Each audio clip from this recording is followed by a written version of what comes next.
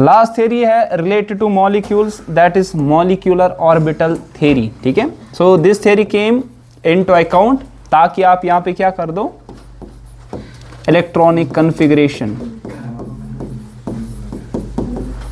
Of molecules. ओह, इससे पहले हमने की थी,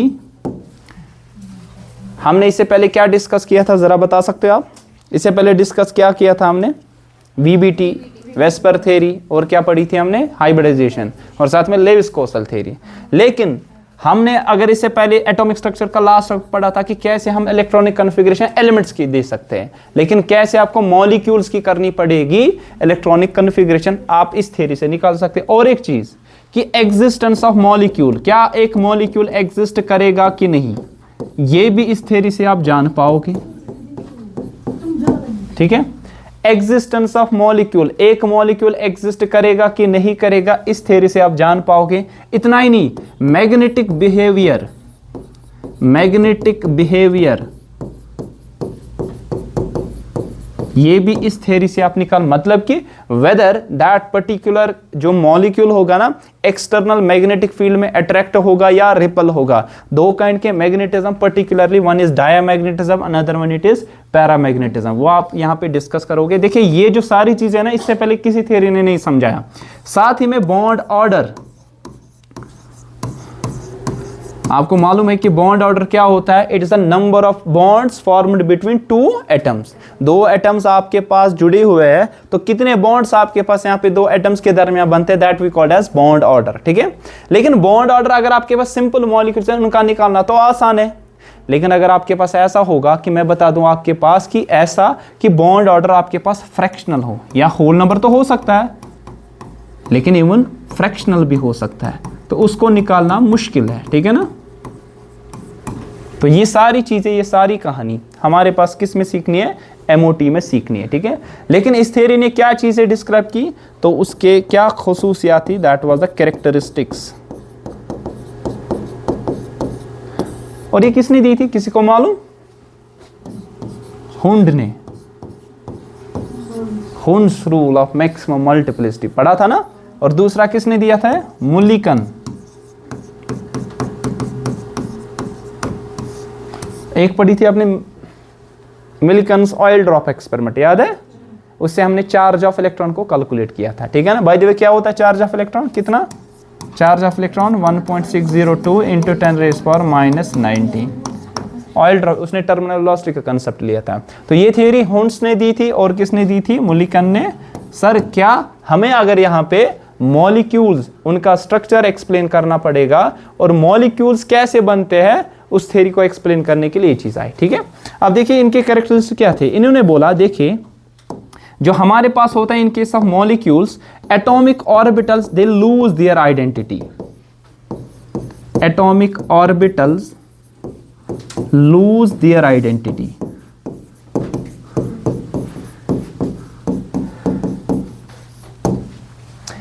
atomic orbitals they lose their identity, मतलब कि likewise you have some identity। ठीक है, मान लीजिए कि अभी आपकी आइडेंटिटी ये है कि आप अभी स्टूडेंट हो, कुछ देर के बाद, मतलब 1 साल 2 साल 3 साल 4 साल किसी टाइम के बाद आप जॉब करोगे, तो आपकी जो आइडेंटिटी एज स्टूडेंट थी, अब आप क्या बनोगे? एज एम्प्लॉय, या कुछ भी बन सकते हो आपके पास। ठीक है, सो बिजनेसमैन कोई बनेगा, कोई टीचर बनेगा, कोई डॉक्टर बनेगा, कुछ भी बन सकता है आप में से। तो आपकी आइडेंटिटी तब डॉक्टर है, इंजीनियर है, अभी आपकी आइडेंटिटी क्या है? स्टूडेंट। इस तरह एटॉमिक ऑर्बिटल की एक खास आइडेंटिटी बता दो। सबसे इंपॉर्टेंट आपके पास एटॉमिक ऑर्बिटल की आइडेंटिटी होती है, इट इज मोनोसेंट्रिक। क्या होता है sir?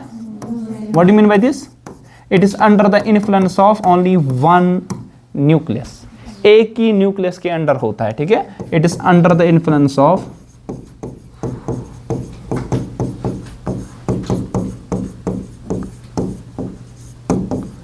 One nucleus, that's why it's called, क्या सर इसको कहा जाता है? सर मोनोसेंट्रिक इसे कहा जाता है। ठीक है, तो मोनोसेंट्रिक सबसे इंपॉर्टेंट प्रॉपर्टी है किनकी सर?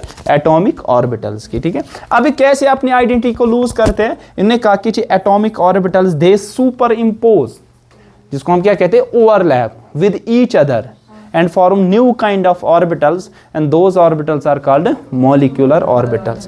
So ये है atomic orbitals combine with each other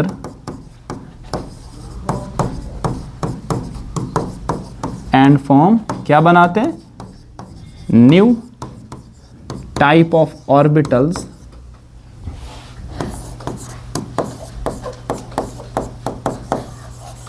called, जिन्हें क्या कहा जाता है, molecular orbitals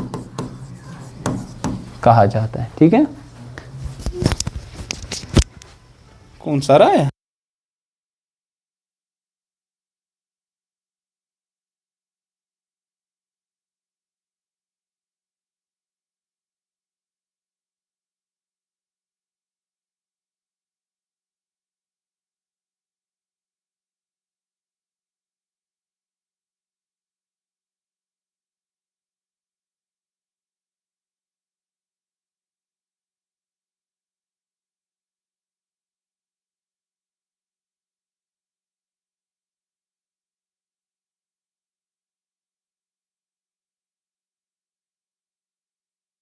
ऑर्बिटल जिनको क्या कहते हैं हम सर, मॉलिक्यूलर ऑर्बिटल्स। ठीक है, और कितने आपके पास मॉलिक्यूलर ऑर्बिटल्स बनते हैं, it depends upon the number of combining atomic orbitals. ठीक है, सो मॉलिक्यूलर ऑर्बिटल जो होते हैं कितने बनते हैं, it's equal to number of combining atomic orbitals.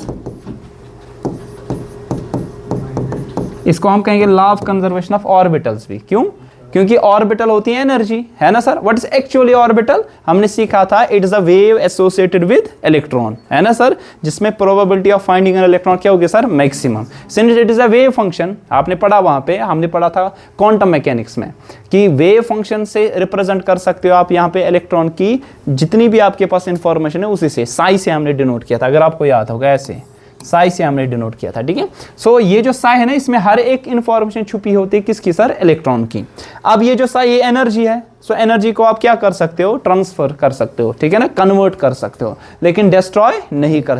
तभी जितने ऑर्बिटल्स आपके पास यहाँ पे ओवरलैप हो गए, कंबाइन हो गए, उतने न्यू टाइप ऑफ ऑर्बिटल्स भी बनेंगे। तो कितने नंबर ऑफ मॉलिक्यूलर ऑर्बिटल्स बनेंगे, ये डिपेंड करता है कंबाइनिंग एटॉमिक ऑर्बिटल्स कितने। अगर 2 कंबाइन हो रहे तो 2 हो जाएंगे, अगर 3 कंबाइन हो रहे तो 3 ही बनेंगे। यहाँ पे आपके पास 3 से ज्यादा नहीं बनने वाले हैं, 3 से कम नहीं बनने वाले। ठीक है, सो नंबर ऑफ एटॉमिक और molecular orbitals formed, they are equal to the number of combining atomic orbital. सबसे इंपॉर्टेंट खासियत ये थी, इसने यहां पे किसका रूल अपनाया, LCAO रूल। LCAO रूल ये क्या होता है, it's linear combination of atomic orbitals.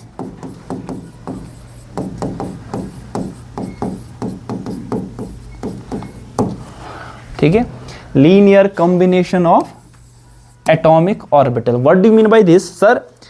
अगर हम देखें थोड़ा सा, ये मान लीजिए कॉम्प्लेक्स चीज़ है ये, लेकिन अगर थोड़ा इसको विस्तार से समझे आपके लिए, आपकी लेवल के लिए, वो ये है कि आपने देखा कि मान लीजिए एक ऑर्बिटल आपके पास है, ये दूसरा ऑर्बिटल आपके पास है। आपने इससे पहले पढ़ा कि ये एक ऑर्बिटल, अगर आपके पास ये दूसरा ऑर्बिटल है, अगर ये A है, ये अगर B है, इसकी वेव फंक्शन होगी साई A, इसकी वेव फंक्शन क्या होगी, psi B। Since it is a wave, so आप इसको ड्रा कर सकते हैं, है ना सर। ये मान लीजिए एक की वेव फंक्शन है, ये दूसरे की वेव फंक्शन है, ठीक है ना, साई A, और ये आपके पास क्या आ जाएगा, साई B। अब अगर आपके पास ऐसा होगा, 2 एटॉमिक ऑर्बिटल्स ऐसे आपस में मिल रहे हैं कि क्रस्ट इनका क्रस्ट पे फॉल हो रहा है, ट्रफ इनका ट्रफ पे फॉल हो, जिस तरह वेव्स का आपने, तब क्या होता है आपके पास कंस्ट्रक्टिव सुपर इंपोजिशन। इस चीज को हम क्या कहते हैं, जब आपके पास क्रस्ट क्रस्ट पे फॉल होगा, ट्रफ ट्रफ पे फॉल होगा, हम इस चीज को हम कहते हैं constructive interference. Constructive super imposition भी आप कह सकते हैं, लेकिन एक खास तौर पे खास टाइप का सुपर इंपोजिशन होता है, उसको इंटरफेरेंस कहते हैं। ठीक है, सो कंस्ट्रक्टिव सुपर इंपोजिशन में क्या होता है, आपके पास 2 वेव फंक्शंस ऐड होती है। लेकिन अगर आपके पास ऐसा होगा कि ये आउट ऑफ फेज हो गए, तो क्या होगा सर, डिस्ट्रक्टिव सुपर। ऐसा होगा कि क्रस्ट होगा ट्रफ पे फॉल, ट्रफ होगा क्रस्ट पे फॉल, तब आपके पास क्या होगा, destructive, Sai A minus psi B, ये डिफरेंस होगा। अगर दोनों की वेव फंक्शन क्या होगी सर, सेम, तो रिजल्ट क्या आ जाएगा सर, 0। अगर दोनों की वेव फंक्शन सेम होगी तो एडिशन में क्या आ जाएगा, दुगना आ जाएगा, ठीक है ना। तो कंस्ट्रक्टिव के माने यहाँ पे ये है कि रिजल्टेंट जो ऑर्बिटल्स आपके पास है ना, उनकी जो इंटेंसिटी जो आपके पास होगा वो क्या हो जाएगा, इंक्रीज, लेकिन डिस्ट्रक्टिव में वो क्या हो जाएगा सर, डिक्रीज। जस्ट लाइक वहां पे पढ़ा था आपने, for two combining atomic orbital they should have same wave function and they should have same symmetry. Symmetry भी इनकी क्या होनी चाहिए सर, सेम, तभी तो पहले क्या होगा सर, ओवरलैप होता जाएगा, ठीक है, बात है समझ। अब ये जो मैंने अभी बता दिया, दो टाइप्स के आपके पास मॉलिक्यूलर ऑर्बिटल्स बनते हैं, remember that, two types of molecular orbitals are formed, दो किस्म के बनते हैं सर, कौन कौन सा, एक होता है हमारे पास BMO बॉन्डिंग मॉलिक्यूलर ऑर्बिटल, दूसरा हमारे पास है एंटी बॉन्डिंग, दो किस्म के, ठीक है, एक है बॉन्डिंग मॉलिक्यूलर ऑर्बिटल, दूसरा क्या आएगा, एंटी बॉन्डिंग।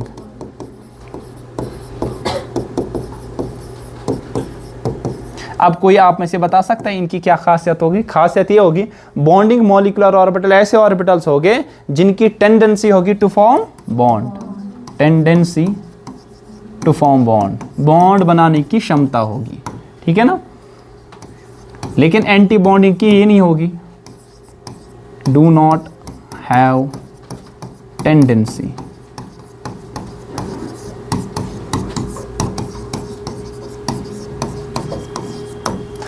कोई बता सकता है ऐसा क्यों है, ऐसा इसलिए, देखिए बॉन्डिंग मॉलिक्यूलर ऑर्बिटल तब बनेगा जब कंस्ट्रक्टिव आपके पास सुपर इंपोजिशन होगा, और एंटी बॉन्डिंग तब बनेगा जब क्या होगा सर, डिस्ट्रक्टिव सुपर इंपोजिशन होगा। और जब आपके पास ये बॉन्डिंग में क्या होता है, आपके पास जो दो एटॉमिक ऑर्बिटल्स है इनकी सेम क्या होगी सर, वेव फंक्शन, और इनकी सिमेट्री भी क्या होगी सर, सेम, तो उनमें जो इलेक्ट्रॉन्स होंगे ना सर, वो होंगे अपोजिट स्पिन्स के, क्या होगी सर, आपको मालूम है अपोजिट स्पिन्स में जो मैग्नेटिक मूवमेंट क्या होगा, वो अपोजिट होगा, तो वो क्या हो जाएंगे, बाइंड हो गए ना, एक का नॉर्थ पोल दूसरे का साउथ, जस्ट लाइक, ठीक है। इसी तरह अगर आपके पास एंटी बॉन्डिंग हो गए, तब जो दो एटॉमिक ऑर्बिटल्स है ना, उनमें जो इलेक्ट्रॉन पेयर्स होंगे वो सेम स्पिन के होंगे, सेम स्पिन मतलब सेम मैग्नेटिक मूवमेंट, तो नॉर्थ नॉर्थ या साउथ साउथ आपस में क्या करेगा सर, वहां पे रिपल, तभी आपके पास यहाँ पे रिपल्शन होगी, यहाँ पे रिपल्शन नहीं होती, तभी यहाँ पे नोड्स बनते हैं, नोड्स आर फॉर्म्ड। नोड्स आया समझ, आपको याद होगा, node these are those points at which probability of finding an electron density it is 0। वहां पे इलेक्ट्रॉन डेंसिटी नहीं होगी, जब इलेक्ट्रॉन डेंसिटी नहीं होगी तो बॉन्ड बनाने की क्षमता ही नहीं होगी, क्योंकि जब भी आपके पास बॉन्ड बनता है, these are the electrons which take part in bonding, bonding में हमेशा इलेक्ट्रॉन्स टेक पार्ट करते हैं। तो दो किस्म के, एक है बॉन्डिंग मॉलिक्यूलर ऑर्बिटल, दूसरा कौन सा है, एंटी। आपसे बोला जाएगा what are the conditions for formation of bonding molecular orbitals, you will say that for bonding molecular orbital two combining atomic orbital should have same wave function and they should have same symmetry. अगर anti bonding के लिए दोनों में से एक different, मतलब या तो सिमेट्री डिफरेंट होगी, या तो वेव फंक्शन डिफरेंट होगी, या तो दोनों ही डिफरेंट होगी।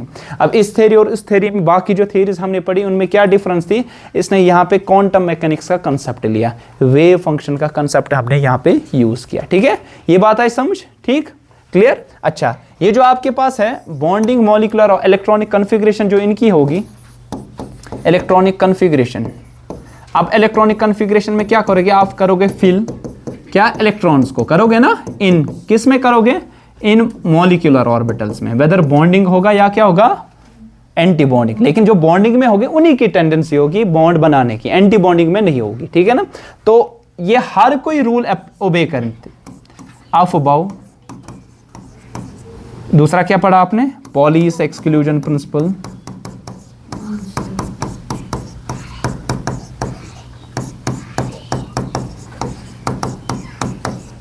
और तीसरा क्या पढ़ा आपने, शाबाश, दैट इज हुंड्स रूल, ठीक है ना। सो ये तीनों रूल्स ये ओबे करते हैं, जितने भी आपने रूल्स पढ़े कि इलेक्ट्रॉन्स को कैसे फिलअप करते हैं डिफरेंट ऑर्बिटल्स में। अब यहाँ कौन से ऑर्बिटल्स आएंगे, यहाँ पे ऑर्बिटल्स आपके पास आ जाएंगे कौन से, मॉलिक्यूलर ऑर्बिटल, चाहे वो बॉन्डिंग मॉलिक्यूलर ऑर्बिटल्स हो या एंटी बॉन्डिंग मॉलिक्यूलर ऑर्बिटल, लेकिन समहाउ अब प्रिंसिपल इट इज मॉडिफाइड।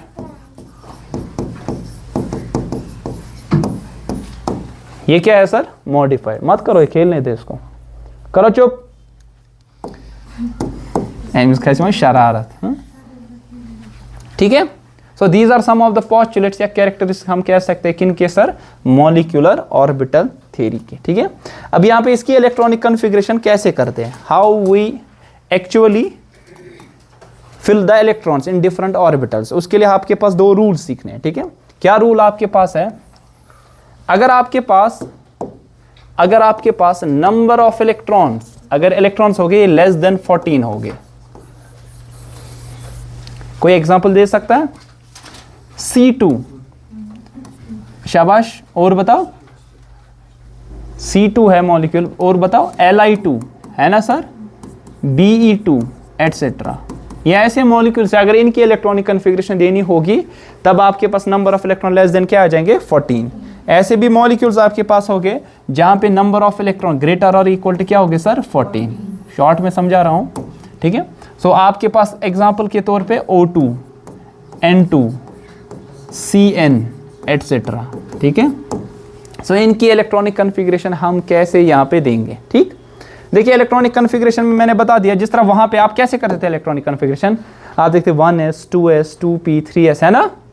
अब यहाँ पे आपके पास आ जाएगा बॉन्डिंग ऑर्बिटल्स और क्या आ जाएंगे? Anti bonding. अगर आपके पास होगा n number of electron less than 14, तब आपके पास इलेक्ट्रॉनिक कॉन्फ़िगरेशन कुछ ऐसी, sigma 1s anti bonding, sigma 2s anti bonding. फिर ऐसे आपके पास है pi 2px equal to pi 2py sigma 2pz। फिर ऐसे pi 2px anti bonding is equal to pi 2py anti bonding और सिग्मा 2pz एंटी बॉन्डिंग। ध्यान रखो, ये क्या, ये सारी चीजें मैं समझा दूंगा, ध्यान रखो। आपको पता है s ऑर्बिटल हमें s कौन सा बॉन्ड बनाता है? Sigma. That's why I right here sigma 1s, या तो बॉन्डिंग में या तो एंटी बॉन्डिंग। 2s भी s हमेशा बनाता है सिग्मा, तो सिग्मा 2s एंटी बॉन्डिंग। ठीक है। फिर आपको मालूम है px और py कौन सा बॉन्ड बनाते हैं? Pi. That's why it's written here pi 2px और यहाँ पाई 2 पे। इक्वल का मतलब ये है कि इलेक्ट्रॉन को फिल करने की जो आपके पास होगी ना यहाँ पे टेंडेंसी, इसमें भी उतना ही, इसमें भी इतना ही होगा। ठीक है। pz बनाता है हमेशा कौन सा बॉन्ड? सिग्मा। pz हमेशा सिग्मा बना क्योंकि एक्सियल ओवरलैप होता है। ठीक है। और ये एंटीबॉन्डिक वाले दो ऑर्बिटल्स आएंगे। अब यहाँ क्या फर्क है? एक ही फर्क है। देखिए ध्यान रखो, यहाँ पे क्या फर्क आने वाली है, यहाँ पे sigma 1s bonding, sigma 1s anti bonding. फिर आएगा ऐसे sigma 2s bonding, sigma 2s anti bonding. यहाँ पे थोड़ी फर्क आती है सर। कहाँ पे फर्क आती है? फर्क यहाँ पे पहले है ना पाई 2px पाई 2py, पहले आता है सिग्मा 2pz। ठीक है, याद रखने के लिए सिग्मा 2pz। फिर क्या आएगा? Pi 2px equal to pi 2py। फिर क्या आएगा? शाबाश, पाई 2px एंटी बॉन्डिंग और equal to pi 2py anti bonding. फिर लास्ट में आएगा सिग्मा 2pz एंटी बॉन्डिंग। ठीक है, बात आई समझ? ये है तरीका अगर आपको इलेक्ट्रॉन्स को फिल करना होगा बॉन्डिंग मॉलिक्यूलर ऑर्बिटल में, लेकिन कब? जब number of electron less than 14, ये ग्रेटर और इक्वल टू 14। कैसे करते हैं कल इसके बारे में सीखेंगे हम। ठीक, कुछ और भी चीज़ है इसके बारे में कल देखेंगे।